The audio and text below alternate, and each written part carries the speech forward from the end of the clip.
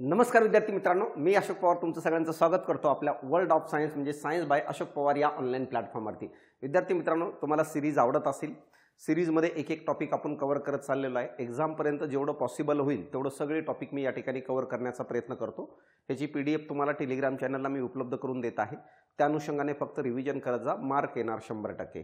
फक्त मनामध्ये असं नका वाटू देऊ की हे अवघड सब्जेक्ट आहे, तो अवघड सब्जेक्ट आहे, असं काही नसतं। वाचत नसल्यामुळं हा सब्जेक्ट आपल्याला अवघड जाताना दिसतो, नाहीतर सगळा सोपा सब्जेक्ट आहे। यूट्यूब चॅनलला वन डे रिव्हिजन सेशन घेतलेले फ्री टू ऑल, तर यूट्यूब चॅनल सबस्क्राईब करून चॅनलमध्ये जाऊन ते लेक्चर एकदा बघून घ्या। आरामशीर 10+ मार्क येऊन जातील मित्रांनो। तर व्यवस्थित फक्त बघून घेत जा काय असणार आहे, आणि जर लेक्चर आवडत असेल तर काय लिंक शेअर करायला आणि चॅनलला सबस्क्राईब करायला विसरू नका। आणि जर लेक्चर खूपच आवडत असेल, खूपच जास्त म्हणलो, तर अशा वेळेस कमेंट मात्र आवर्जून करा मित्रांनो। तर या ठिकाणी आता बघा, पुढचं तिसरा भाग बघत आहे आपण कोणती कंबाईन फोकस सिरीजमध्ये। या तिसऱ्या भागामध्ये आपण तिसरं टॉपिक बघणार आहे, तो म्हणजे रेस्पिरेटरी सिस्टीम, ज्याला आपण श्वसन संस्था म्हणतो। डायग्राममध्ये तुम्हाला दिसत असेल ही श्वसन संस्था आहे।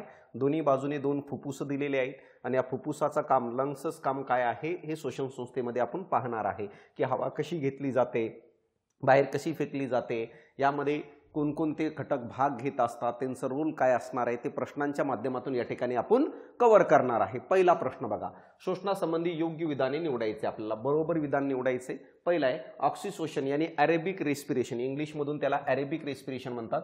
ही क्रिया वनस्पती आणि प्राण्यामध्ये वेगवेगळी असते, असं पहिलं लाईन आहे। विना ऑक्सिशोशन ही क्रिया वनस्पती आणि प्राण्यामध्ये सारखीच असते। आता ह्या ठिकाणी एका प्रक्रियेबद्दल बोललं जात आहे। तुम्ही दोन्ही प्रश्न वाचल्यानंतर एक गोष्ट लक्षात घ्या, या ठिकाणी एका प्रक्रियेचा उल्लेख आहे। ती प्रक्रिया म्हणजे कोणती आहे? शोषण म्हणत असतो आपण त्याला, इंग्लिशमधून त्याला आपण रेस्पिरेशन म्हणत असतो मित्रांनो। शोषण यानी रेस्पिरेशन, तर बरोबर आहे सर, शोषण आणि रेस्पिरेशन एक प्रक्रिया आहे। तर ही प्रक्रिया नेमकी आहे तरी काय मित्रांनो? मानवाच्या शरीरामध्ये किंवा कोणत्याही सजीवाच्या शरीरामध्ये, मानव नाही कोणत्याही सजीवाच्या शरीरामध्ये अन्नापासून ऊर्जा तयार करणे, या प्रक्रियेला आपण रेस्पिरेशन म्हणतो। तर ही एक प्रोसेस आहे ज्यामध्ये अन्न यानी ग्लुकोज पासून एनर्जी तयार केली जाते आणि पृथ्वी तलावर असणाऱ्या प्रत्येक सजीवाला ही प्रक्रिया कंपल्सरी करावी लागते। त्यालाच आपण काय म्हणत असतो? रेस्पिरेशन। म्हणजे असं कोणतेही सजीव नाही आहे की नाही मी रेस्पिरेशन करणार नाही, शोषण करणार नाही तरी जिवंत राहील, पॉसिबल नाही आहे। इसेन्शियल प्रत्येक सजीवाला जिवंत राहण्यासाठी ही प्रक्रिया करावी लागते, ज्यामध्ये ग्लुकोज पासून अन्नाची निर्मिती, ऊर्जेची निर्मिती केली जाते, एनर्जीचं फॉर्मेशन। आता बघा, निसर्गाने ही प्रक्रिया दोन पद्धतीच्या दिलेली आहे आणि निसर्गाने सजीवाला सांगितलंय की तुम्हाला जे सोपं वाटतं ती पद्धत तुम्ही वापरा, पण ऊर्जा तयार करा। तुम्हाला दोन्ही सोपी वाटत असेल तर दोन्हींचा वापर करा, किंवा दोन्हीपैकी एका पद्धतीचा वापर करून केलं तरी चालतं, पण ऊर्जा तयार करणं गरजेचं आहे। जी पहिली प्रक्रिया आहे त्याला आपण म्हणत असतो ऑक्सिशोशन। ऑक्सिशोशन म्हणून ओळखलं जातं, ज्याला आपण अरेबिक रेस्पिरेशन म्हणत असतो। याला आपण अरेबिक काय आहे? रेस्पिरेशन म्हणून ओळखत असतो, ही पहिली। आणि दुसरी प्रक्रिया आहे त्याला म्हणतो आपण विना ऑक्सिशोशन। विना ऑक्सिशोशन, विना ऑक्सिशोशन म्हणजेच काय आहे? त्याला आपण म्हणतो अनॅरेबिक रेस्पिरेशन।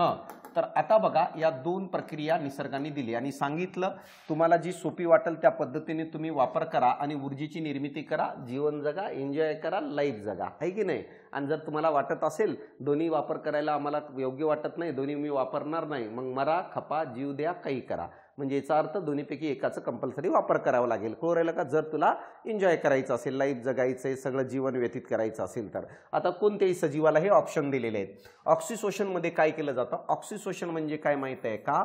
ऑक्सिजनचा वापर करून, वापर करणे आणि ऊर्जा तयार करणे, याला आपण म्हणत असतो ऑक्सिशोशन। म्हणजे याचा अर्थ ऑक्सिजनचा वापर करायचा आणि अन्नापासून ऊर्जा तयार करायचं, या प्रक्रियेला आपण ऑक्सिशोशन म्हणत असतो, अरेबिक रेस्पिरेशन म्हणत असतो मित्रांनो, ज्यामध्ये ऑक्सिजनचा वापर केलं जातं।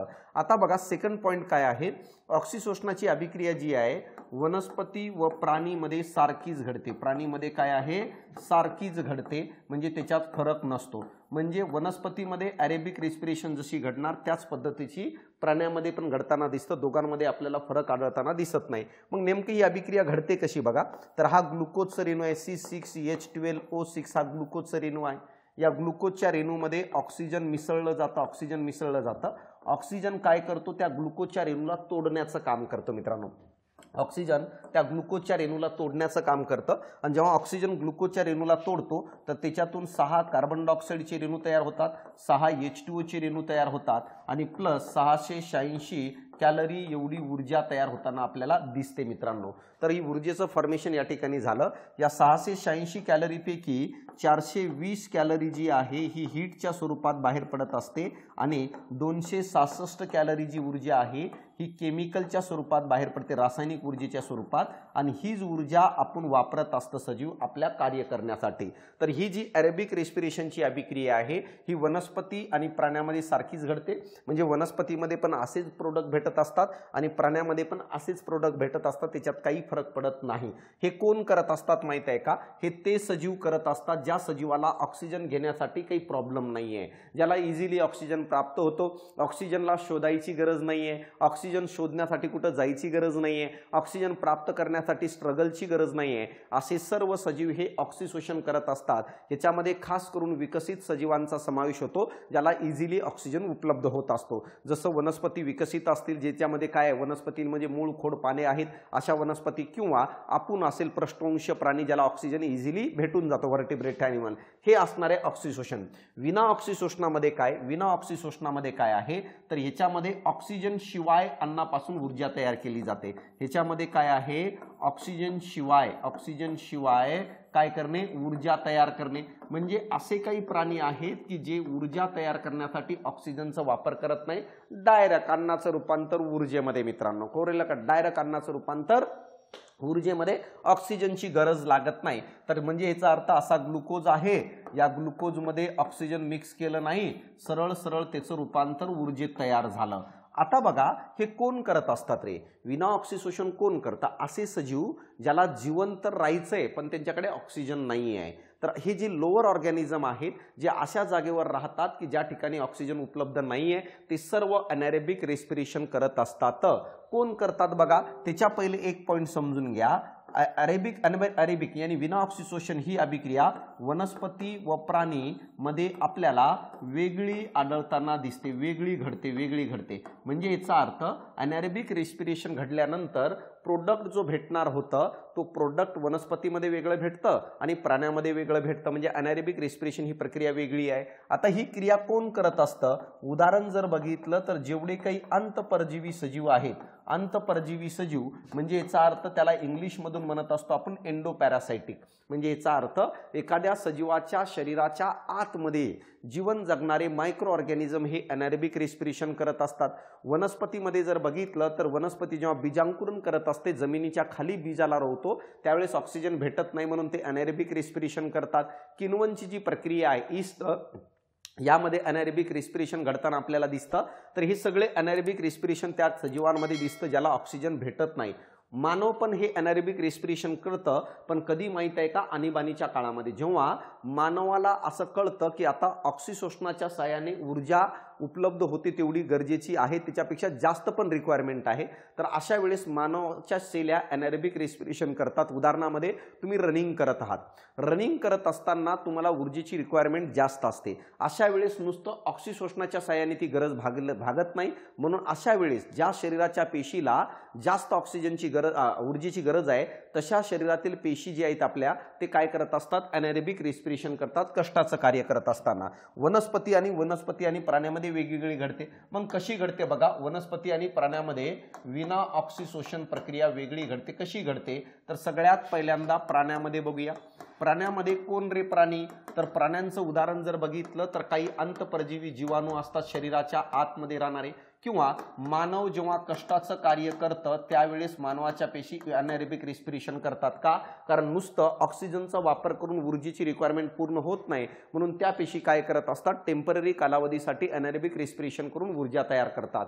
आता बघा प्राण्यामध्ये जर घडलं तर काय घडेल? प्राण्यामध्ये C6, H12 आणि O6 हा ग्लुकोजचा रेणू, त्याच्यामध्ये ऑक्सिजनचा वापर न करता ऊर्जा डायरेक्ट तयार केली जाते, ज्यामध्ये जर बघितलं तर काय तयार होतं तर बाय प्रोडक्ट म्हणून लॅक्टिक ऍसिडची निर्मिती होते, यासोबतच 2 ATP एवढी ऊर्जा तयार होते प्राण्यामध्ये। तर हे लक्षात राहू द्या, लॅक्टिक ऍसिड तयार होतं आणि हा लॅक्टिक ऍसिड विषारी असल्यामुळं ज्या शरीराच्या आपल्या ज्या पेशीमध्ये ही प्रक्रिया घडलेली आहे त्या पेशीला थोडं प्रॉब्लेम क्रिएट होतो, म्हणून आपले हात पाय दुखायला सुरुवात होऊन जातात. मग बघा, रनिंग करत असताना पायाचे गोळे बाजणे म्हणतो का? कारण त्या ठिकाणच्या पेशी लॅक्टिक ॲसिडची निर्मिती करतात ॲनारेबिक रेस्पिरेशन करून, म्हणून ते दुखायला सुरुवात करतात.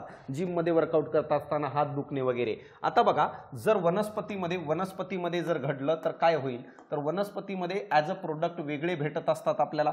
वनस्पतीमध्ये ॲनारेबिक रेस्पिरेशनमध्ये C6H12 आणि O6 हा ग्लुकोजचे रेणूचं विघटन होतं, कार्बन डायऑक्साईडची निर्मिती होते, प्लस इथेनॉल इथिल अल्कोहोल तयार होतं, आणि यासोबतच मित्रांनो 2 ATP एवढी ऊर्जा तयार होते. सर ऑक्सिशोषणामध्ये किती ATP तयार होते? जेव्हा या 266 कॅलरीचं रूपांतर करतो तर ती भरते 38 ATP. तर ऑक्सिशोषणामध्ये वापरण्यायोग्य 38 ATP ऊर्जा तयार होते. तर विना ऑक्सिशोषणामध्ये मित्रांनो माहित आहे का 2 ATP ही ऊर्जा तयार होते, म्हणजे कमी प्रमाणात तयार होते. विना ऑक्सिशोषण ही प्रक्रिया स्लो चालत असते, स्लो निर्माण होते. तर ऑक्सिशोषण ही प्रक्रिया अतिशय मित्रांनो माहित आहे का फास्ट घडत असते, म्हणजे ऊर्जेची जर रिक्वायर्ड इव्हेंट लवकर असेल तर अरेबिक रेस्पिरेशन घडून आणलं जातं. आणि विना ऑक्सिशोषण ही स्लो चालत असते, कमी प्रमाणात ऊर्जा मिळत असते आणि इमर्जन्सीला वापरली जाते. तर अशा प्रकारे ही प्रक्रिया लक्षात घ्या. ह्याच्या पहिले आयोगाने विचारलं होतं अरेबिक रेस्पिरेशनमध्ये कोण तयार होतं? उत्तर दिलं तर कार्बन डायऑक्साईड आणि H2O.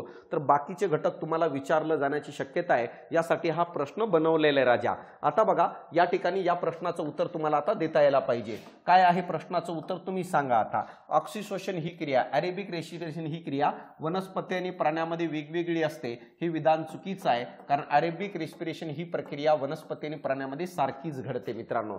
यानंतर बघा सेकंड काय, विना ऑक्सिशोषण आणि अनॅरेबिक रेस्पिरेशन क्रिया वनस्पती आणि प्राण्यामध्ये सारखीच असते, हे चुकीचं आहे कारण वेगळी असते. उलट केलेलं आहे, म्हणून दोन्ही विधान चुकीचं आहे. आपल्याला योग्य निवडायचं होतं, पहिलं उत्तर येईल दोन्ही नाही. तर कन्सेप्ट समजून घ्या.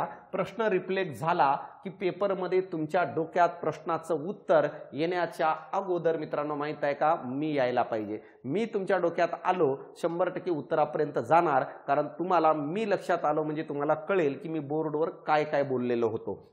यासाठी लक्ष देऊन ऐकायचं. वनस्पतीमध्ये विना ऑक्सिशोषण क्रियेच्या शेवटी काय निर्माण होतं? आता सांगितलं वनस्पतीमध्ये विना ऑक्सिशोषणाच्या दरम्यान काय तयार होतं? तर वनस्पतीमध्ये अनॅरेबिक रेस्पिरेशनच्या दरम्यान कार्बन डायऑक्साईड तयार होतं, इथेनॉल तयार होतं आणि 2 ATP एवढी ऊर्जा तयार होते. तर या ठिकाणी कार्बन डायऑक्साईड तयार होतं, इथेनॉल तयार होतो आणि 2 ATP एवढी ऊर्जा तयार होतो. तर BCD हे उत्तर आपलं असणं गरजेचं आहे. आणि लॅक्टिक ॲसिड हे प्राण्यामध्ये तयार होतं आणि लॅक्टिक ॲसिड सोबतच 2 ATP एवढी ऊर्जा तयार होते. क्लिअर इथपर्यंत कन्फर्म? तर टू द पॉइंट लक्षात ठेवण्याचा प्रयत्न करा. खालीलपैकी कोणत्या क्रियेसाठी ऊर्जेची गरज असते? मित्रांनो माहित आहे का मानव जीवन जगत असताना वातावरणातून ऑक्सिजन घेत असतो मित्रांनो. आता ऑक्सिजन घेत असताना काय होणार आहे ते समजून घ्या. ऑक्सिजन पहिल्यांदा घेतलं जातं आणि शरीरातील कार्बन डायऑक्साईड बाहेर फेकलं जातं. या पूर्ण प्रक्रियेला आपण बाह्य शोषण म्हणत असतो. या पूर्ण प्रक्रियेला आपण बाह्य शोषण म्हणतो. एक गोष्ट लक्षात घ्या, बाह्य शोषण म्हणून ओळखत असतो. ज्याला इंग्लिश मधून म्हणत असतो आपण ब्रीथिंग, त्याला इंग्लिश मधून काय म्हणत असतो? ब्रीथिंग म्हणून ओळखत असतो. आता ब्रीथिंग काय असणार आहे? तर ब्रीथिंगचा अर्थ आहे ऑक्सिजनयुक्त हवा शरीरात घेणे आणि कार्बन डायऑक्साईड युक्त हवा शरीराच्या बाहेर फेकणे. ह्याच्या 2 पायऱ्या आहेत. पहिला आहे त्याला आपण काय म्हणत असतो? श्वास म्हणत असतो. श्वास ज्याला आपण इन्स्पायरेशन म्हणून ओळखलं जातं. इन्स्पायरेशन म्हणत असतो आपण श्वास. आणि दुसरी पायरी आहे त्याला आपण म्हणतो उच्छ्वास. उच्छ्वास ज्याला आपण काय आहे? एक्सपायरेशन म्हणून ओळखलं जातं. तर अशा प्रकारे या 2 पायऱ्याद्वारे बाह्य शोषणाची प्रक्रिया पूर्ण होते. तर पहिल्यांदा हवा शरीरात घेतली जाते, नंतर शरीरातील कार्बन डायऑक्साईड युक्त हवा शरीराच्या बाहेर फेकली जाते. आता हे सगळं कसं घडतं ते समजून घ्या व्यवस्थित. मित्रांनो माहित आहे का आपल्या शरीरात अशा प्रकारचे 2 फुफ्फुस असतात रे. या दोन्ही फुफ्फुसाच्या खाली अशा प्रकारचा एक पडदा असतो. या पडद्याला म्हणतात डायफ्रॅगम. या पडद्याला म्हणतो आपण डायफ्रॅगम नावाचा. आता हा पडदा अशा प्रकारे कॉन्व्हेक्स फॉर्ममध्ये असतो. आता जर आपल्याला श्वास घ्यायचा असेल ना तर या फुफ्फुसाची साईज मोठी करावी लागते. का? कारण फुफ्फुसाची साईज मोठी झाली की त्याच्यामध्ये हवा काय मित्रांनो माहित आहे का दाब कमी होऊन जातो. मग बाहेरची हवा कमी दाबाकडे आतमध्ये एंट्री करते. फुफ्फुसाची साईज जर वाढवायची असेल तर या डायफ्रॅगमला आपल्याला खाली ओढावं लागेल, अशा प्रकारे खाली ओढावं लागेल, कारण ओरिजिनल कंडिशनला डायफ्रॅगम या अवस्थेमध्ये असतो. आणि जर त्या डायफ्रॅगमला खाली जर ओढायचं असेल तर यालाच आपण म्हणतो डायफ्रॅगमचं आकुंचन होणे. आता खाली तर ऑटोमॅटिक होणार नाही, जसं उदाहरणार्थ रबर लटकवलेला आहे, त्याला खाली आणायचं असेल तर ऑटोमॅटिक तर येणार नाही, त्याला धरून ओढावं लागेल आणि ओढण्यासाठी ऊर्जेची तर गरज लागेल. म्हणून बघा, डायफ्रॅगमला खाली आणण्यासाठी, आकुंचन करण्यासाठी ऊर्जेची गरज लागते आणि ऊर्जा जेव्हा वापरली जाईल तेव्हा तो खाली येईल मित्रांनो. आणि खाली येईल आल्यामुळं या छातीच्या पोकळीचा आकारमान वाढणार आहे, फुफ्फुसाची साईज वाढेल आणि फुफ्फुसाची साईज वाढल्यामुळे आतमध्ये दाब कमी होईल आणि बाहेरचं दाब वातावरणाचा जास्त असेल, मग बाहेरून हवा आतमध्ये येते. मग यानुसार आपण या ठिकाणी श्वास म्हणजे काय, श्वास म्हणजे मित्रांनो माहित आहे का की ऑक्सिजनयुक्त हवा, ऑक्सिजनयुक्त हवा मला सांगा घेणे. कुठं घेणे रे? शरीरात घेणे. तर ऑक्सिजनयुक्त हवा शरीरात घेणे याला आपण काय म्हणत असतो? श्वास म्हणून ओळखत असतो. आता ऑक्सिजनयुक्त हवा शरीरात घेणे यासाठी जो आपलं डायफ्रॅगम आहे, हा डायफ्रॅगम काय व्हायला पाहिजे? तर हा डायफ्रॅगम आकुंचन पावणं गरजेचं आहे. आकुंचन पावलं तरच तो खाली येईल आणि आकुंचन पावण्यासाठी मला सांगा ऊर्जेची गरज लागेल राजा. ऊर्जेची गरज काय लागते? आणि जेव्हा ऊर्जा वापरली जाते, डायफ्रॅगम आकुंचन पावतो, तेव्हा हवा बाहेरून आतमध्ये येईल. काय येईल? कारण छातीच्या पोकळीचा आकारमान वाढेल. तर या ठिकाणी बघा, छातीचं जो पोकळीचा आकारमान आहे, छातीचं पोकळीचं आकारमान जो आहे, पोकळीचं आकारमान हे काय करणार आहे रे? तर आकारमान काय करणार? वाढतं. कोणामध्ये? श्वास घेताना. आणि आकारमान वाढल्यामुळं हवा बाहेरून आतमध्ये येते. हवा घेत असताना राजा, हवा घेत असताना काय काय घेतलं जातं? तर हवेमध्ये लक्षात घ्या, नायट्रोजन 79% घेतलं जातं, ऑक्सिजन 20 क्लोरेलिका 4% घेतलं जातं. क्लोरेलिका किंवा ऑक्सिजन काय मित्रांनो? 20.96%. 20 काय आहे? 96% घेतलं जातं. आणि कार्बन डायऑक्साईड 0.04% काय आहे? बाहेरून आतमध्ये घेतो. हे कंटेंट आहे. आता आणखी एक गोष्ट सांगू इच्छितो बघा, जेव्हा एक श्वास घेतो ना, तर एका श्वासाच्या वेळेस व्यक्ती 500 ml हवा शरीरात घेते रे. नॉर्मली तुम्ही एक श्वास घेतलं नॉर्मली तर एका श्वासाच्या वेळेस 500 ml हवा घेतो आणि या कॅपॅसिटीलाच आपण टायडल व्हॉल्यूम म्हणून ओळखत असतो. ही झाली श्वासाची क्रिया. उच्छवासाची क्रिया, आता डायफ्रॅगमला खाली ओढलो होतो, स्प्रिंगला खाली ओढलो होतो. आता त्या स्प्रिंगला त्याच्या ओरिजिनल कंडिशनला जर पाठवायचं असेल तर आपल्याला ऊर्जा लावायची गरज नाही ना, स्प्रिंगला फक्त सोडून द्या. सोडून दिलं तर ऑटोमॅटिक तो रिटर्न जाणार आहे. तर उच्छवासाच्या क्रियेदरम्यान काय घडतं बघा, उच्छवासाच्या क्रियेदरम्यान काय घडणार आहे? तर कार्बन डायऑक्साईड युक्त हवा काय केली जाते? बाहेर फेकणे. या प्रक्रियेला आपण उच्छवास म्हणत असतो शरीराच्या.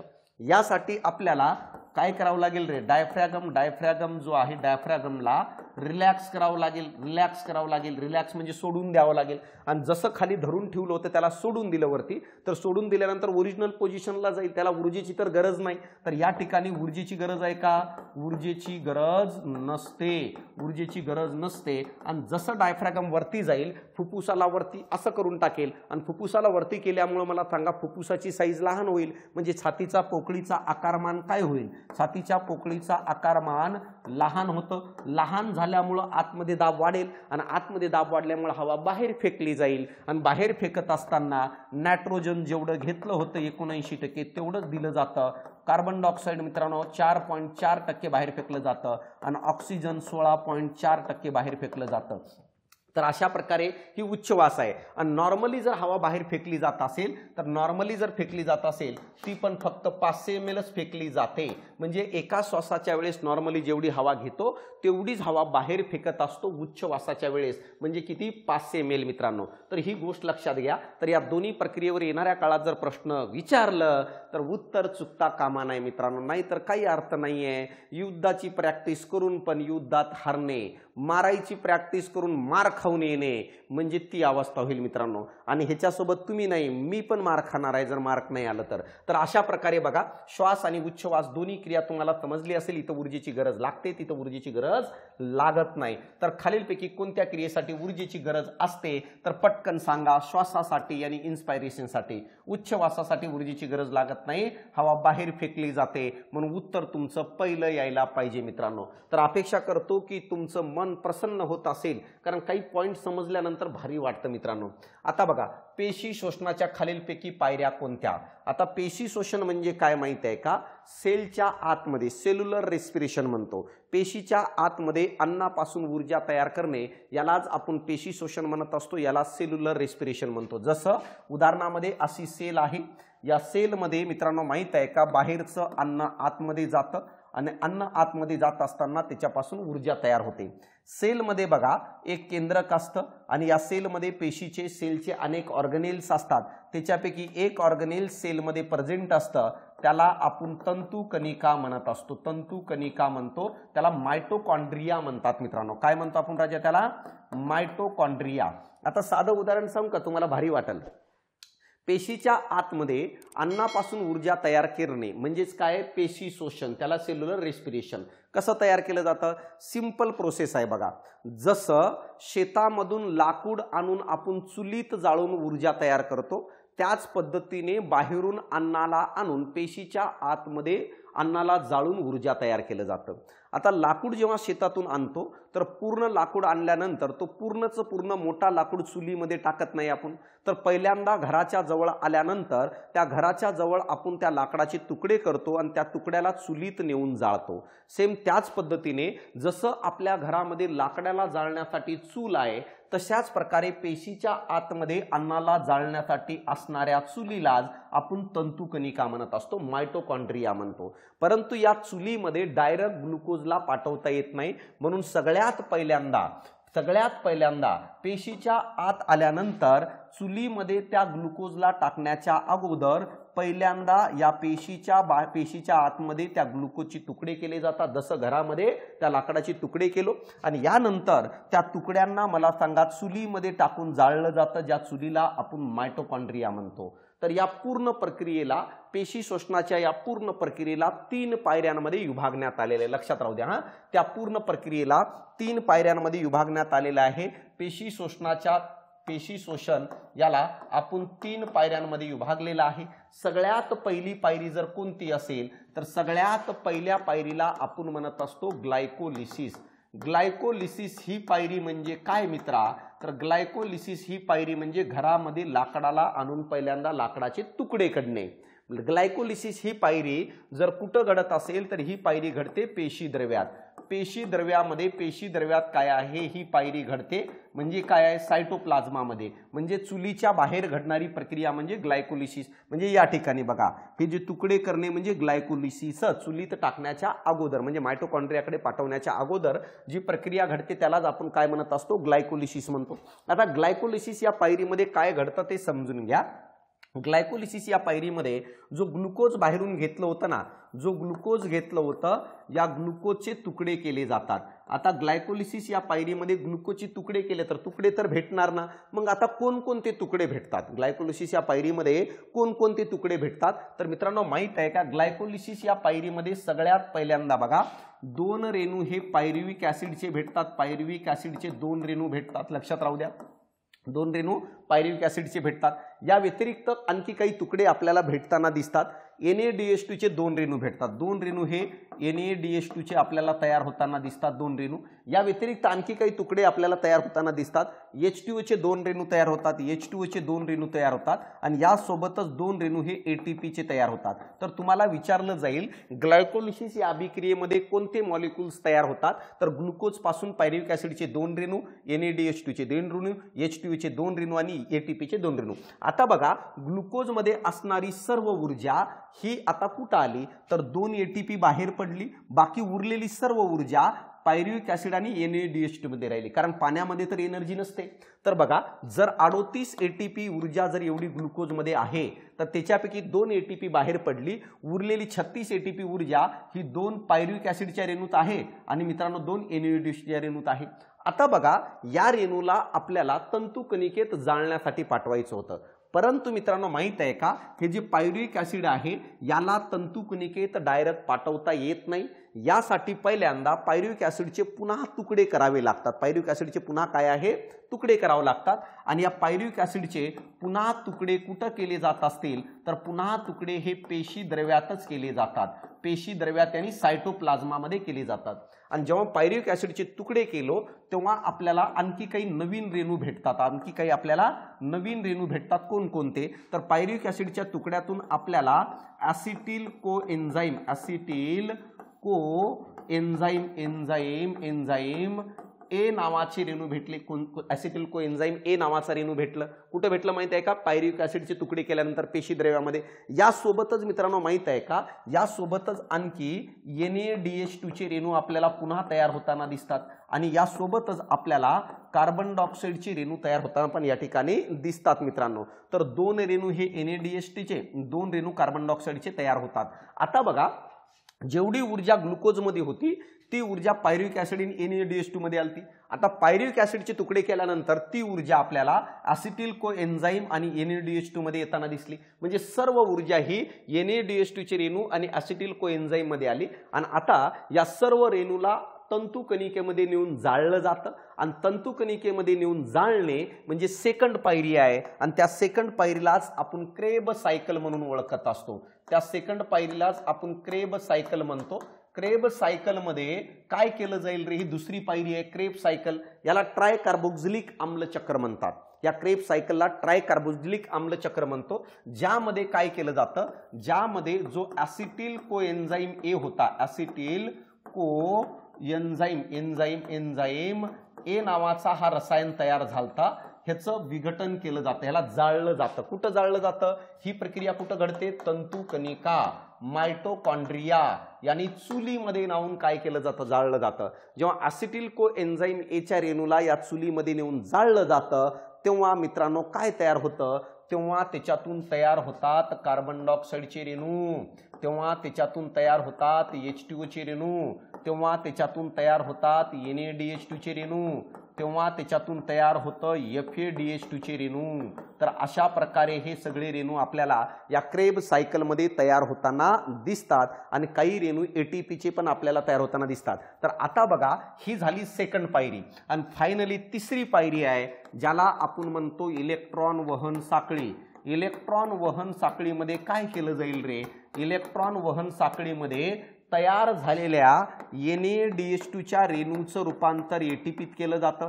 तयार झालेल्या FADH2 च्या रेणूचं रूपांतर ATPत केलं जातं. मग अशा प्रकारे या रेणूंचं रूपांतर ATPत करणे हे तिसऱ्या साखळीमध्ये, तिसऱ्या पायरीमध्ये घडते. त्याला इलेक्ट्रॉन वहन साखळी म्हणतो. ही साखळी पण कुठं घडतं, ही पण चुलीमध्येच घडत असते आणि तंतुकणिकेमध्ये घडत असते. कारण शेवटी ऊर्जा तंतुकणिकेतूनच काय करणार आहे, बाहेर पडणार आहे मित्रांनो. तर अपेक्षा करतो की तुम्हाला समजत असेल. आता बघा, जर बघितलं तर या ठिकाणी काय तर एका NaDH2 च्या रेणूपासून 3 ATP एवढी ऊर्जा बाहेर पडते आणि एका FAD च्या रेणूपासून 2 ATP ऊर्जा एवढी बाहेर पडत असते. तर ही पूर्ण प्रक्रिया पेशी शोषणाची आहे, ज्यामध्ये फायनली आपल्याला ATP ची रेणू तयार होताना दिसतात. आणि नंतर याच ATP च्या रेणूचा वापर करून पेशी आपलं कार्य कंप्लीट करत असते राजा. तर अशा प्रकारे पेशी शोषणाच्या 3 पायऱ्या, ग्लायकोलिसिस, क्रेब सायकल आणि इलेक्ट्रॉन वहन साखळी, तिन्ही पायऱ्यामध्ये कोणते घटक काय तयार होतात सगळं सांगितलेलं आहे. याला लागतं रिव्हिजन, असं नाही लक्षात राहत. यासाठी तुमचं काम आहे लेक्चर झाल्यानंतर रिव्हिजन करणे. पेशी शोषणाच्या खालील पायऱ्या कोणत्या, यस ग्लायकोलिसिस पायरी आहे, क्रेब सायकल आहे, त्याला काय म्हणतो ट्रायकार्बोक्झिलिक आम्ल चक्र, इलेक्ट्रॉन वहन साखळी आहे, केल्विन चक्र नाहीये. केल्विन चक्र ही प्रकाश संश्लेषणाची पायरी आहे. प्रकाश संश्लेषणाची प्रक्रिया जी घडते, ज्यामध्ये लाईट पासून कार्बन डायऑक्साईड H2O चा वापर करून ग्लुकोज तयार केलं जातं. त्या ग्लुकोज तयार करण्याच्या प्रक्रियेला प्रकाश संश्लेषण म्हणतो. आणि या प्रकाश संश्लेषणामध्ये जे चक्र वापरलं जातं that is called as a kelvin चक्र. तर या ठिकाणी उत्तर यायला पाहिजे आपलं अ ब क, हे उत्तर येणं गरजेचं आहे. अपेक्षा करतो की तुम्हाला कळत असेल काय आणि कसं असणार आहे.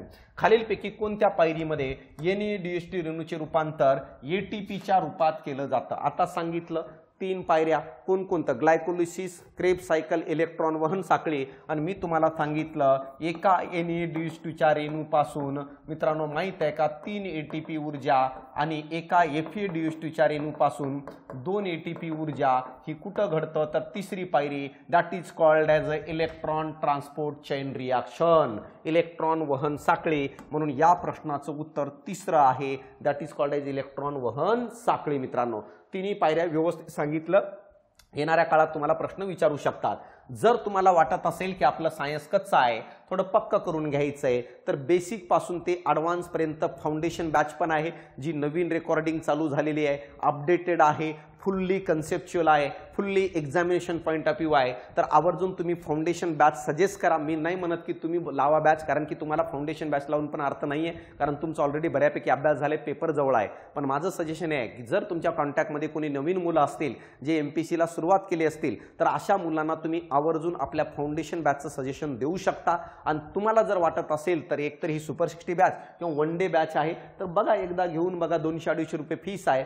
तर बघा, असं म्हणा की चला पैसे गेले म्हणून घेऊन बघतो, आणि गेले म्हटले तर मी तुम्हाला पाठवतो भाऊ, कळालं का? तर हे आहे. आणि यासाठी काय जॉईन करायचंय, सायन्स बाय अशोक पवार हे ॲप्लिकेशन डाउनलोड करून ठेवा. सगळ्या बॅचेस आहे, स्टेट बोर्ड आहे, PYQ आहे, काही अडचण नसणार नाही. तुम्ही म्हणू शकत नाही या कारणामुळे मला मग कमी मार्क पडले, सगळं अवेल. आणि फीस एकदम कमी आहे, नॉमिनल आहे, 4, 3, 2, 5 हजार रुपये नाही आहे. यासाठी काय आवर्जून तुम्ही फायदा घ्या. आणि तुम्हाला का सजेस्ट करा म्हणतो, कारण बॅचेसची फीस कमी आहे आपल्या. माझं सरळ टार्गेट आहे, 100 मुलातून जेवढं रिव्हेन्यू भेटतं तेवढंच 1000 मुलातून भेटलं तर मी समाधानी आहे भाऊ. मला असं एखाद्याचं रक्त प्यायचं नाही आहे की 100 मुलातूनच भेटायला पाहिजे. आणि जर 1,00,000 मुलांमधून तेवढं भेटत असेल तरी मला काही प्रॉब्लेम नाही आहे. म्हणजे आपली रिव्हेन्यूची अपेक्षा नाही आहे जास्त. याच कारणामुळे आपल्याकडे मुलांची संख्या भरपूर आहे, जवळपास 26-27 हजार ॲडमिशन झालेत 1 वर्षामध्ये, आणि मुलांना आउटपुट पण चांगलं येतोय. तर बघा, तर ॲप्लिकेशन डाउनलोड करा, तुमच्या चॉईसनुसार बॅचेस बघा. 1 day, state board, PYQ, foundation, prelim, mains, technology, काही खालीलपैकी कोणाला ॲडम्स ॲपल म्हणतात, अशा प्रकारचा प्रश्न या ठिकाणी दिलेला आहे. ॲडम्स ॲपल काय म्हणतात, काय ते दिलेलं आहे. तर ह्याच्यामध्ये काय मित्रांनो माहीत आहे का, हे मानवी शोषण संस्थेच्या रिलेटेड आहे. ॲडम्स ॲपल कोणाला म्हणतो, कंठाला म्हणत असतो.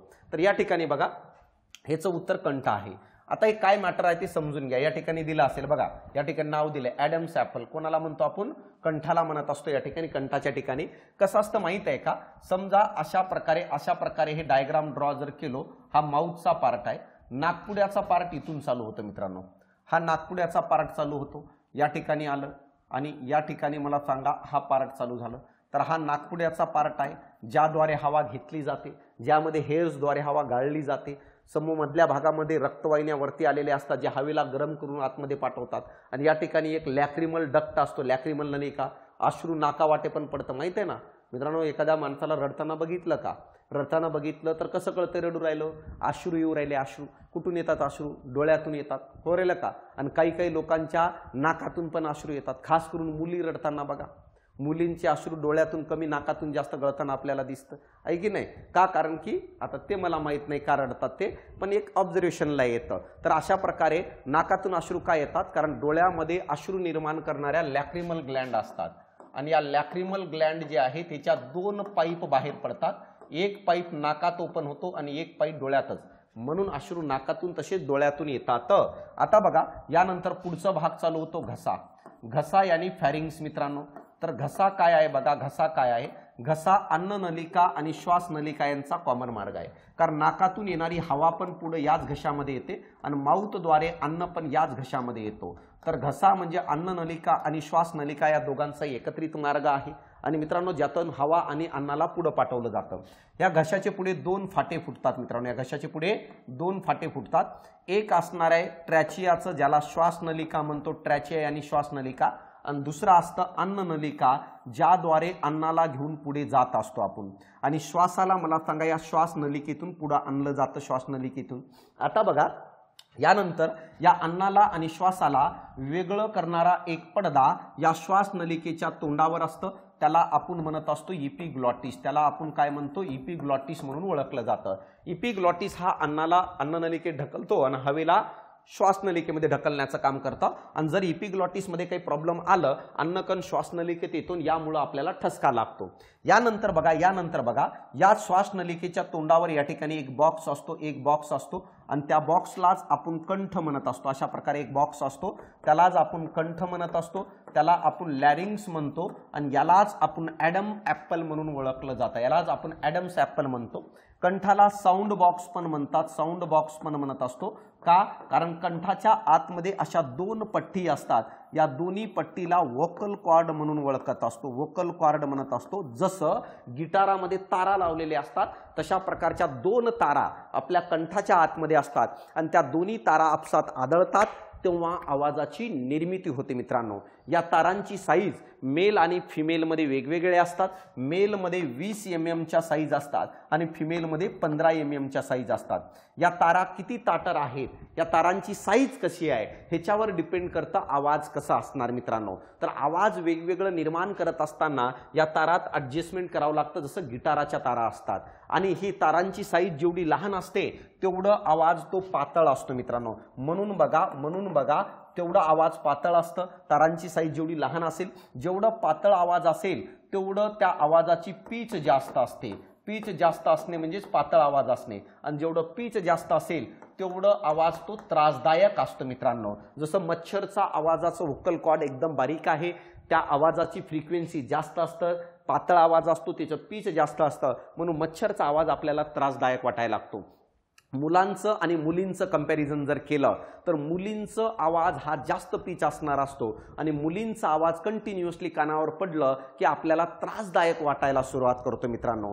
कळालं का, मुलींचा आवाज कंटिन्यू कानावर पडलं त्रास व्हायला सुरुवात होतो। हे कधी कळतं माहिती आहे का, लग्नाच्या नंतर। आता काही लोकांचं म्हणणं असतं, काही मुलींचं काही बायकांचंही म्हणणं असतं काय आहे की लग्नाच्या नंतरच मी त्रासदायक का वाटायला लागली, लग्नाच्या अगोदर तर माझा आवाज ऐकावंसच तुम्हाला वाटत होतं, मग आताच का इरिटेट व्हायला लागलं। त्याचं कारण आहे लग्नाच्या अगोदर कधी मधी बोलायचं ना भाऊ तर ते गोड वाटणारच, पण लग्नाच्या नंतर दररोज कानावर पडतं, सकाळ संध्याकाळ कंटिन्यू कानावर पडत असतो, मग ती इरिटेट वाटायला लागतं कारण पीच जास्त आहे। हेच कारण आहे की रविवारी पण मी अकॅडमीत येऊन बसतो, कळलं का भाऊ। तर हे त्याचं सायंटिफिक कारण आहे, त्यासाठी असं वाईट मानून घेऊ नका की जाणून बुजून करायला का माणूस आता माझा आवाज कडू वाटायला लागलं, तर कडू नाही, त्याला सायंटिफिक रिझन आहे। तुम्ही पण कमी बोलायला सुरुवात करा, त्यांनाही घरी बसायला चांगलं वाटेल। तर अशा प्रकारे आता बघा, तर त्याचं कारण तो आहे। तर इथे ॲडम्स ॲपल कोणाला म्हणतो, कंठाला म्हणतो। घसा, अन्ननलिका आणि श्वासनलिका यांचा कॉमन मार्ग आहे। घशापासून पुढं फुटलेला जो मार्ग आहे ज्याच्याद्वारे हवा पुढे घेऊन जातो त्याला आपण श्वासनलिका किंवा ट्रॅचिया म्हणतो।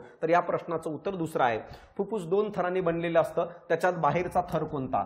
फुफ्फुस तो ऑर्गन आहे मित्रांनो माहित आहे का, ज्याद्वारे हवा काय केली जाते, रक्तामध्ये टाकली जाते आणि रक्तातील कार्बन डायऑक्साईड बाहेर काढून फेकलं जातं मित्रांनो। तर अशा प्रकारे या फुफ्फुसाच्या बाबतीतच आपल्याला बघायचं काय आणि कसं असणार आहे मित्रांनो। माहित आहे का, फुफ्फुसाच्या बाबतीत जर बघितलं तर फुफ्फुसाचे दोन आवरण असतात, पण फुफ्फुस कसं असतं एक लक्षात घ्या। तर अशा प्रकारे हे घसा आहे, घशाचे पुढे फाटे फुटले, एक अन्ननलिका आणि हे श्वासनलिकेचं आणि हे श्वासनलिका। श्वासनलिका पुढे आल्यानंतर त्याचे दोन फाटे फुटतात का, कारण की दोन फुफ्फुस असतात ना आपल्यामध्ये। तर आता बघा अशा प्रकारे दोन फाटे फुटतात आणि यालाच आपण श्वासनी म्हणतो। श्वासनी म्हणजे काय रे, ब्रॉन्ची। ब्रॉन्ची म्हणजे काय, फुफ्फुसाकडे घेऊन जाणाऱ्या पाईप, दोन्ही फुफ्फुसाकडे। आता फुफ्फुस इथून पुढे चालू झालं, समजा फुफ्फुस चालू झालं तर या श्वासनी नावाच्या पाईपचे छोटे छोटे अनेक फाटे फुटतात, जसं झाडाला फांद्या फुटतात त्या पद्धतीने असे अनेक फाटे फुटत असतात, अशा पद्धतीने असे अनेक फाटे फुटतात आणि हे फाटे फुटल्यानंतर सर्वात शेवटच्या फाट्याला बलून सारखा भाग लटकलेला असतो, यालाच आपण वायुकोश म्हणत असतो, यालाच आपण ॲल्व्हिलस म्हणत असतो। अशा प्रकारचे बलून सारखे भाग फुटलेले असतात, यालाच वायुकोश, यालाच इंग्लिशमधून ॲल्व्हिलस म्हणत असतात। तर आता बघा, बाहेरची हवा आतमध्ये येते, वायुकोशातील कार्बन डायऑक्साईड बाहेर टाकलं जातं, बाहेरचं ऑक्सिजन आतमध्ये पाठवलं जातं आणि कार्बन डायऑक्साईड त्याच मार्गाने रिटर्न पाठवलं जातं ज्या मार्गाने ऑक्सिजन आलतं। आता हा जो काही भाग आहे कुठून माहित आहे का, ब्रॉन्ची जिथं संपते तिथून या पुढच्या भागालाच आपण फुफ्फुस म्हणत असतो। म्हणजे फुफ्फुस कोणापासून बनलेलं आहे, वायुकोश, आणि या ठिकाणी असतं श्वासनिका म्हणजेच काय रे, ब्रॉन्चिली म्हणतो आपण, श्वासनिका असतात, निका ज्याला इंग्लिशमधून म्हणतात ब्रॉन्चिली। तर फुफ्फुसातील जे छोटे छोटे पाईप्स असतात त्यांना ब्रॉन्चिली म्हणतो आणि त्या पाईपच्या टोकाला असणाऱ्या बलून सारख्या भागाला वायुकोश म्हणतात आणि या श्वासनिका आणि वायुकोश यांच्या एकत्रीकरणातूनच मला सांगा फुफ्फुसाची निर्मिती होते आणि फुफ्फुसाच्या आतमध्ये हवेची देवाणघेवाण होते. फुफ्फुसाच्या आतमध्ये लिक्विड पार्ट्स असतं जो काय प्रॉब्लेम क्रिएट नाही, कोरडा होऊ देत नाही. यासोबतच लायझोझाईम नावाचं रसायन असतो जो जीवाणूंना वगैरे मारण्याचं काम करत असतो. फुफ्फुसाचा जो वरचा आवरण आहे तो 2 थराचा बनलेला असतो मित्रांनो, माहित आहे का? आणि त्या दोन्ही थराला आपण प्ल्युरा मेम्ब्रेन म्हणतो. ह्याचे जे आवरण आहेत या आवरणाला आपण काय म्हणत असतो, त्याला म्हणतात प्ल्युरा मेम्ब्रेन. आणि हे 2 थरापासून बनलेले, जसं लिव्हरचे 2 आवरण आहे, ग्लिसन्स कॅप्सूल आणि सेरनस कॅप्सूल, तशाच प्रकारे ह्याचे. आणि मित्रांनो माहित आहे का, जो बाहेरील थर आहे त्याला पॅरायटल प्ल्युरा म्हणतात. एक थर आहे त्याला पॅरायटल प्ल्युरा म्हणत असतो. प्ल्युरा हा बाहेरचा थर आहे, हा बाहेरचा थर आहे. आणि जो आतील थर आहे मित्रांनो माहित आहे का, त्याला एका नावाने ओळखत असतो, त्याला विसरल प्ल्युरा म्हणत असतो. तर या ठिकाणी बघा, पॅरायटल प्ल्युरा मेम्ब्रेन म्हणजे आवरण, पॅरायटल प्ल्युरा हा बाहेरचं आवरण आहे, बाहेरचं. आणि आतील आवरणाला विसरण म्हणत असतो, विसरल म्हणून ओळखत असतो मित्रांनो. कळलं का? आणि 2 आवरणाच्या आतमध्ये जी मोकळी जागा असते, मोकळी जागा, त्या 2 आवरणाच्या आतमध्ये असणाऱ्या मोकळी जागेला प्ल्युरल कॅव्हिटी म्हणतो. ह्याच्यामध्ये एक द्रव पदार्थ असतो आणि तो द्रव पदार्थ मला सांगा काय करत असतो, त्याला प्ल्युरल फ्लुइड म्हणत असतो. 2 थराच्या आतमध्ये एक द्रव पदार्थ असतो, तो प्ल्युरल फ्लुइड आहे जो दोन्ही थराला घासू देत नाही मित्रांनो. आणि अशा प्रकारे इथं विचारले 2 थरांनी त्यामधील बाहेरचा थर कोणता, तर बाहेरचा थर पॅरायटल प्ल्युरल आहे.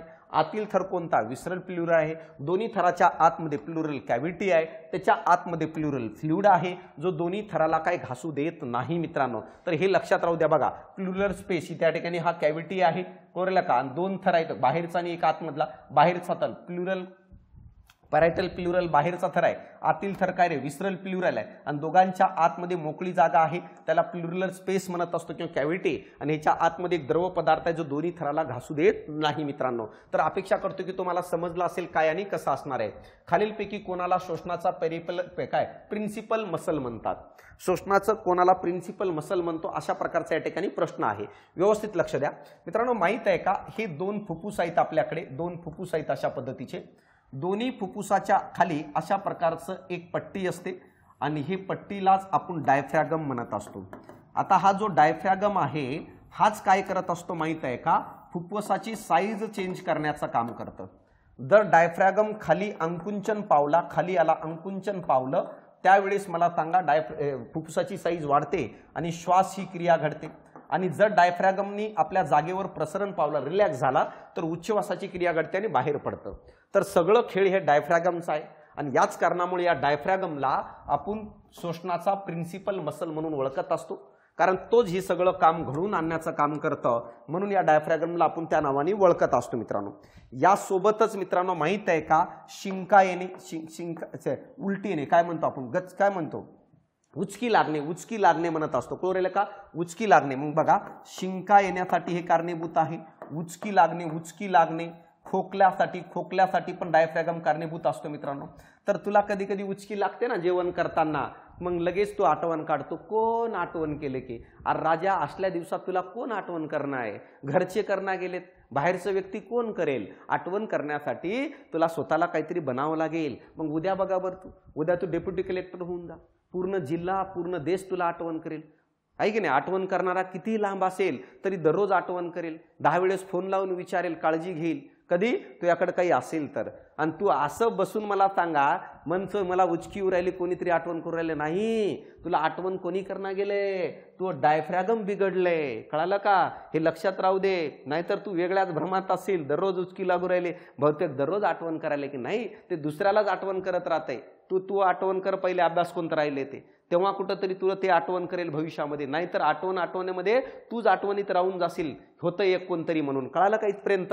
तर या ठिकाणी बघा, डायफ्रॅगम ह्या सगळ्या गोष्टीसाठी कारणीभूत आहे. मग सर जर आता उचकी लागायच लागली तर काय करायचं? भाऊ माहित आहे का, थंडगार पाणी पे, आणि थंड पाणी केलं की डायफ्रॅगम रेग्युलर कंडिशनला येतं, ती उचकी बंद होते आणि तुझी आठवण पण कायमची बंद होते. तर अशा प्रकारे डायफ्रॅगम आहे. 8व्या नंबरचं क्वेश्चन. 9वं नंबर बघा, श्वासोच्छवासाची क्रिया मेंदूच्या कोणत्या भागाद्वारे नियंत्रित केली जाते?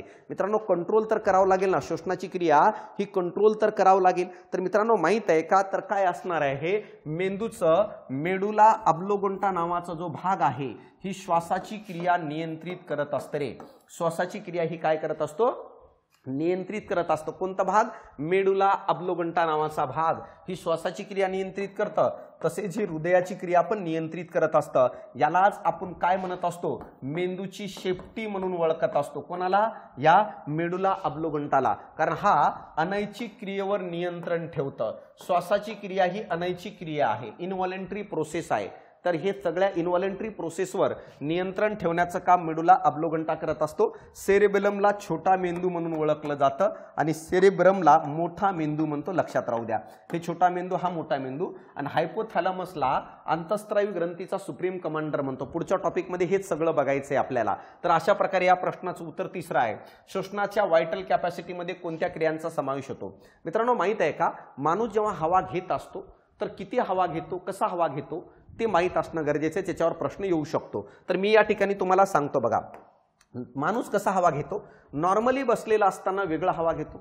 तर नॉर्मली बसलेला असताना कसं घेतो ते ग्राफ समजून घ्या. जर हवा वरती जात असेल, म्हणजे ग्राफ वरती जात असेल तर तो श्वास घेऊ राहिलं, आणि ग्राफ खाली येत असेल तर तो उच्छ्वास करू राहिला, म्हणजे हवा बाहेर फेकू राहिलं.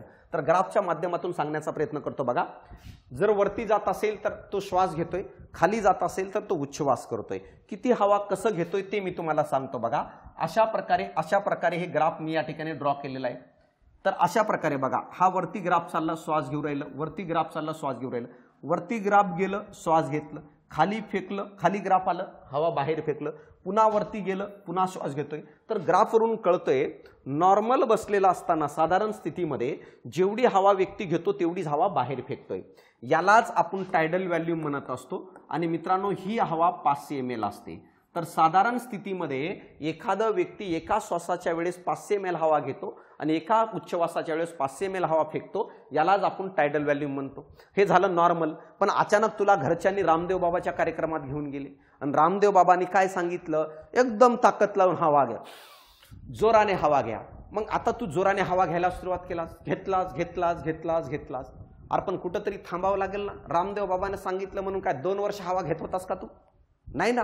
तर अतिरिक्त बलाचा वापर करून जरी हवा घेतलो तर जास्त घेतो, पण एक लिमिट पर्यंतच ना, त्याच्या पलीकडे तर नाही ना. स्वतः रामदेव बाबांनी हवा घ्यायला सुरुवात केलं, दिवसभर घेत होता, होईल का? नाही, पॉसिबलच नाहीये. तर अतिरिक्त बलाचा वापर करून हवा घेतो आणि अतिरिक्त बलाचा वापर हे नॉर्मल हवेच्या नंतर करतो. मग ही अतिरिक्त बलाची हवा इथून ते इथपर्यंत आहे बघा, इथून ते इथपर्यंत ही अतिरिक्त बलाचा वापर करून घेतलेली हवा आहे. याला म्हणतात IRV, इन्स्पिरेटरी रिझर्व्ह व्हॉल्यूम. आणि ही हवा एक व्यक्ती जास्तीत जास्त 2500 ते 3000 ml घेऊ शकतो. किती? 2500 ते 3000 ml. तर लक्षात राहू द्या, IRV हे अतिरिक्त बलाचा वापर करून घेतलेली हवा आहे. मग मी तुला म्हटलो की टोटल किती हवा घेऊ शकतोस, टोटल किती हवा घेऊ शकतो. मग तू म्हणशील सर, रामदेव नॉर्मल बसलो होते तेव्हा 500 ml आणि घरच्यांनी रामदेव बाबाच्या कार्यक्रमाला घेऊन गेले, ती IRV. म्हणजे इथून इथपर्यंत टोटल हवा घेशील ना तू, इथून ते इथपर्यंत हवा घेशील. यालाच आपण म्हणत असतो श्वासाची क्षमता. याला श्वासाची क्षमता म्हणतो, ज्याला आपण काय म्हणतो, इन्स्पिरेटरी कॅपॅसिटी. किती? Tidal volume plus IRV. मी म्हटलो एकूण हवा किती घेशील, तू म्हणशील सर घरी बसलेला असताना 500 ml लायब्ररीत, आणि अचानक घरच्यांनी रामदेव बाबाच्या कार्यक्रमाला मला उचलून घेऊन गेले, तिथं घेतलं IRV. म्हणजे टोटल किती, तर राजा 500 आणि 2500 ते 3000, म्हणजे टोटल किती, 3000 ते 3500 ml एवढी एखाद्या व्यक्तीची श्वासाची क्षमता असते, इन्स्पिरेटरी कॅपॅसिटी असते. कळतंय? माझं मला कळू राहिलंय. आता ही हवा घेतला, आता रामदेव बाबाच्या सांगण्यावर हवा घेतलं म्हटल्यावर रामदेव बाबाच्या सांगण्यावर हवा तर बाहेर फेकावं लागेल. फेकत असताना तू म्हणशील पहिल्यांदा जो नॉर्मल घेतली होती तेवढं मी बाहेर फेकतो. मग नॉर्मल किती घेतली होती, एवढी. मग हे टीव्ही हे बाहेर फेकलास भाऊ, किती, 500 ml बाहेर फेकलास. रामदेव बाबांनी म्हटलं जोराने बाहेर फेक. मग तू जोराने कपालभाती करायला लागला, करतो की नाही. मग अतिरिक्त बलाचा वापर करून पण हवा बाहेर फेकत असतो. आणि त्या अतिरिक्त बलाचा वापर करून जी हवा बाहेर फेकली जाते इथून इथपर्यंत, याला म्हणतात IRV. मग रामदेव बाबाचा ऐकून ती अतिरिक्त बलाचा वापर करून किती हवा बाहेर फेकलास, तर मित्रांनो माहित आहे का, ती जास्त बाहेर फेकली जात नाही रे. ती किती फेकली जाते तर मित्रांनो माहित आहे का, ती फेकली जाते 1000 ते 1100 ml. किती फेकली जाईल? 1000 ते 1100 ml. मग अशा प्रकारे एक्सपायरेटरी रिझर्व्ह व्हॅल्यूम किती? 1000 ते 1100 ml. मग मी आता म्हटलो भाऊ तू टोटल हवा बाहेर किती फेकलास? तुझं उत्तर होतं सर इथून इथपर्यंत. मग यालाच आपण उच्च वासाची क्षमता म्हणतो. उच्च वासाची काय रे? क्षमता म्हणून ओळखलं जातं. यालाच आपण एक्सपायरेटरी कॅपॅसिटी म्हणतो. किती? सर टीव्ही प्लस ERV एवढी हवा बाहेर फेकलो म्हणजे किती? 500 प्लस रामदेव बाबाचं ऐकून किती? 1000 ते 1100 म्हणजे टोटल किती? तू म्हणशील सर 1500 ते 1600 ml. म्हणजे उच्च वासाची क्षमता विकीची किती? 1500 ते 1600. मग बघा आत राजा, घेताना 3000 घेऊ राहिलं आणि बाहेर फेकताना 1500 फेकू राहिलं. उरलेली कुठं आहे? 3000 घेतले, 1500 बाहेर फेकलं, उरलेली कुठं? काय कार्यक्रमात रामदेव बाबाला देऊन आलास का? सिंपल लॉजिक आहे की नाही? रामदेव बाबाचं ऐकून 2.5 ते 3, नॉर्मली 500, टोटल किती? 3000 घेतला सम आणि रिटर्न फेकताना किती? 1500. मग बाकीचे 1500 कुणी रामदेव बाबांनी काढून घेतलं? नाही ना, तो याकडेच असेल ना. मग बाकी उरलेली हवा आपल्या फुफ्फुसातच असते, ती कधी एम्प्टी होत नाही. त्याला म्हणतात रेसिड्युअल व्हॅल्यूम आणि ती असते 1100 ते 1200 ml. मग सर हिशोब लागना गेले आणखी. 3000 घेतलं, 1500 बाहेर फेकलं, फुफ्फुसात शिल्लक आहे 1100 ते 1200 ml. उरलेली कुठं? उरलेली पाईपमध्ये असते मित्रांनो, श्वासनलिकेच्या पाईपमध्ये. तर अशा प्रकारे हे लक्षात राहू दे. RV, ERV, EC, IC, IRV आणि TV कसं आहे कळालं इथपर्यंत. आता बघा ह्याच्यामध्ये डॉक्टरकडे तू गेलास आणि डॉक्टरला म्हटलास डॉक्टर साहेब त्रास व्हायले. डॉक्टरने म्हणलं काय व्हायले? मग तू म्हणला श्वास घ्यायला त्रास व्हायले, श्वास घेणं होईना गेले. मग डॉक्टर पहिल्याच भेटीत मला सांग फुफ्फुस काढून बघते का रे? नाही. डॉक्टर म्हणते व्हायटल कॅपॅसिटी चेक कर. व्हायटल कॅपॅसिटी म्हणजे काय? फुफ्फुस करत असलेल्या क्रिया. मग मला सांगा फुफ्फुस कोणत्या क्रिया करतोय? फुफ्फुस टायडल व्हॅल्यूमची क्रिया करतोय, फुफ्फुस IRV ची क्रिया करतोय, फुफ्फुस ERV ची क्रिया करतोय. हे सोडल्यानंतर फुफ्फुस कोणतीच क्रिया करत नाही. IC ही क्रिया नसून क्रियांची बेरीज आहे. EC ही क्रिया नसून क्रियांची बेरीज आहे. RV ही क्रिया नसून साठलेली हवा आहे. क्रिया कोणती करतोय? TV, IRV आणि ERV. मग मला सांगा व्हायटल कॅपॅसिटी म्हणजे काय?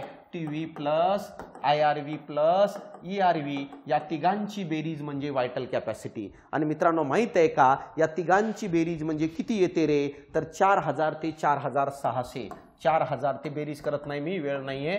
4000 ते 4600 ml ही आहे आपली व्हायटल कॅपॅसिटी. आणि डॉक्टर फुफ्फुसाची कॅपॅसिटी चेक करत असताना हेच चेक करत असतो. हे लक्षात राहू द्या काय आणि कसं असणार आहे. तर अपेक्षा करतो की तुम्हाला समजलं असेल. व्हायटल कॅपॅसिटी कोणत्या क्रियांचा समावेश? TV plus IRV plus ERV म्हणजे अ येईल उत्तर पहिलं.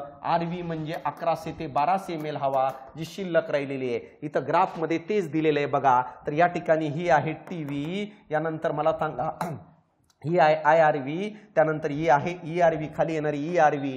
टोटल तिघांची बेरीज व्हायटल कॅपॅसिटी ही आहे RV. रेसिड्युअल व्हॅल्यूम किती आणि काय असणार आहे. तर आणखी थोडं डिटेल आहे, एकदा बघून घ्या. यूट्यूबला वगैरे आणखी लेक्चर असेल तर चेक करून घ्या. हे पुस्तक आहे भाऊ, वारंवार का सांगतोय? कारण तुमची एनर्जी वेस्ट होऊ नये, तुमचं एफर्ट काय विनाकारण जाऊ नये. का तुम्ही म्हणताल सर तुमचं पुस्तक आहे म्हणून तुम्ही सांगू राहिलंय. भाऊ काही फरक पडत नाही घेतलं किंवा नाही घेतलं. माझं म्हणणं आहे मित्रांनी कोणी घेतलं असेल तर एकदा चेक कर, एकदा बघ. आणि माझी बॅच करत असेल तर कंपल्सरी घ्यावंच लागेल भाऊ. हे तर सांगतो का? कारण तो फ्रिक्वेन्सी मॅच होते. पुस्तक आणि मी शिकवणं आणि तुमचं वाचणं आणि पेपर देणं. समजलं? पुस्तकासाठी 99 22 49 24 15 या नंबरवर कॉन्टॅक्ट करा, व्हॉट्सअप करा, फोन करा, कॉल करा, काही करा. पण रात्री 2-3 वाजता नका करू. कारण ज्याचं नंबर आहे त्याचं लग्न झालंय, घरात उगं भांडणं लावायचे काम आपण करायचे नाही. यासाठी दिवसा कॉल करायचे. आणि मलाही दिवसा कॉल करा, माझंही लग्न झालंय, कशाला घरात भांडणं लावायचे. रात्री 2 वाजता मिस कॉल मारशील, घरचं कोणीतरी बघल म्हणाल 2 वाजता कोण मिस कॉल मारू राहिलं. रात्री 2 वाजता माझ्या घरातून भांडे फेकायचा आवाज आला तर कसं वाटेल भाऊ तुला. यासाठी काय काही अडचण असेल तर दिवसा कॉल करायचं. क्लिअर इथपर्यंत? आता बघा योग्य जोड्या जुळवा. TV किती आहे रे? सर्वात कमी 500 ml साधारण हवा घेणे. यालाच आपण काय म्हणत असतो? TV म्हणून ओळखत असतो. त्याला टायडल व्हॅल्यूम म्हणत असतो. मग किती असणार आहे? 500 ml. यानंतर मला सांगा व्हायटल कॅपॅसिटी. व्हायटल कॅपॅसिटी किती असणार आहे रे? व्हायटल कॅपॅसिटी 4000 ते 4600. टोटल लंग्स कॅपॅसिटी काय जास्त असणार आहे?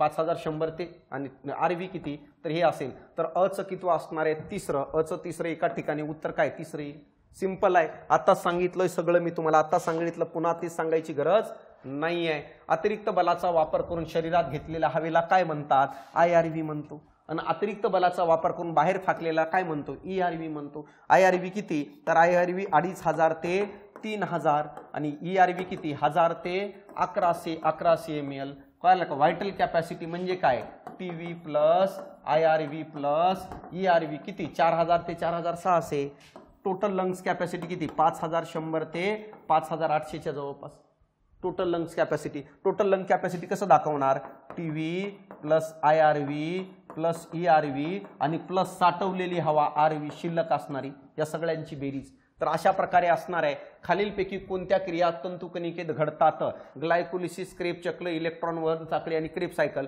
तर हे दोन्ही क्रिया मायटोकॉन्ड्रियात घडतात मी सांगितलं ग्लायकोलिसिस ही पेशी द्रव्यात घडते आणि क्लेव्हिन चक्र हे प्रकाश संश्लेषणाचा आहे तर ब आणि क उत्तर कोणतं येईल दुसरं या ठिकाणी सगळं डिटेल दिलेलं बघा ग्लायकोलिसिस कुठं घडणार आहे पेशी द्रव्यात आणि या दोन्ही कुठं घडत असतात मायटोकॉन्ड्रियामध्ये बघा इथं दिले मायटोकॉन्ड्रिया येलो कलरने दाखवले Krebs cycle electron transfer chain reaction दोन्ही कुठं मायटोकॉन्ड्रियामध्ये आणि मायटोकॉन्ड्रियाच्या बाहेर पेशी द्रव्यामध्ये कोण ग्लायकोलिसिस कळलं का आणि या ठिकाणी बघा इथं 2 ATP तयार होते ग्लायकोलिसिस मध्ये क्रेब सायकल मध्ये पण 2 ATP तयार होते आणि उरलेली 32 ते 34 ATP कुठं तयार होते इलेक्ट्रॉन ट्रान्सफर चेन विचारलं जाईल की ग्लायकोलिसिस मध्ये 2 ATP क्रेब सायकल मध्ये 2 ATP आणि उरलेले 32 ते 34 ATP कुठं तयार होणार आहे इलेक्ट्रॉन ट्रान्सफर चेन मध्ये आणि पुढच्या क्रेब आणि हे क्रेब सायकललाच काय म्हणतो ट्रायकार्बोक्सिलिक आम्ल चक्र आणि दोघंही कुठं घडतात मायटोकॉन्ड्रियामध्ये येलो कलरचा जो बॅकग्राऊंड दिले तो मायटोकॉन्ड्रियाचा आहे तर अपेक्षा करतो की तुम्हाला माझं दुःख समजत असेल काय असणार आहे कळलं माझं दुःख एकच आहे विज्ञानामध्ये मार्क येत नाही मुलांना आणि त्याचंच आनंदात रूपांतर करायचं मार्क यायलाच पाहिजे आणि राजानं तुम्हाला लेक्चर आवडत असेल तर कमेंट करायला अजिबात विसरायचं नाही समजलं आणि काही सजेशन असेल तर कॉल करा मेसेज करा पण रात्री नको काही दुःख समजलं एकदम जोराने अभ्यास करा विज्ञानामध्ये 15 पैकी 12+ मार्क यायलाच पाहिजे मित्रांनो आणि रेग्युलर टचमध्ये माया असेल तर 100% येणार तर थांबतो भेटू आपण पुढच्या लेक्चरला याच डेडिकेशनने याच अप्रोचने मित्रांनो तर तोपर्यंत थँक्यू धन्यवाद मित्रांनो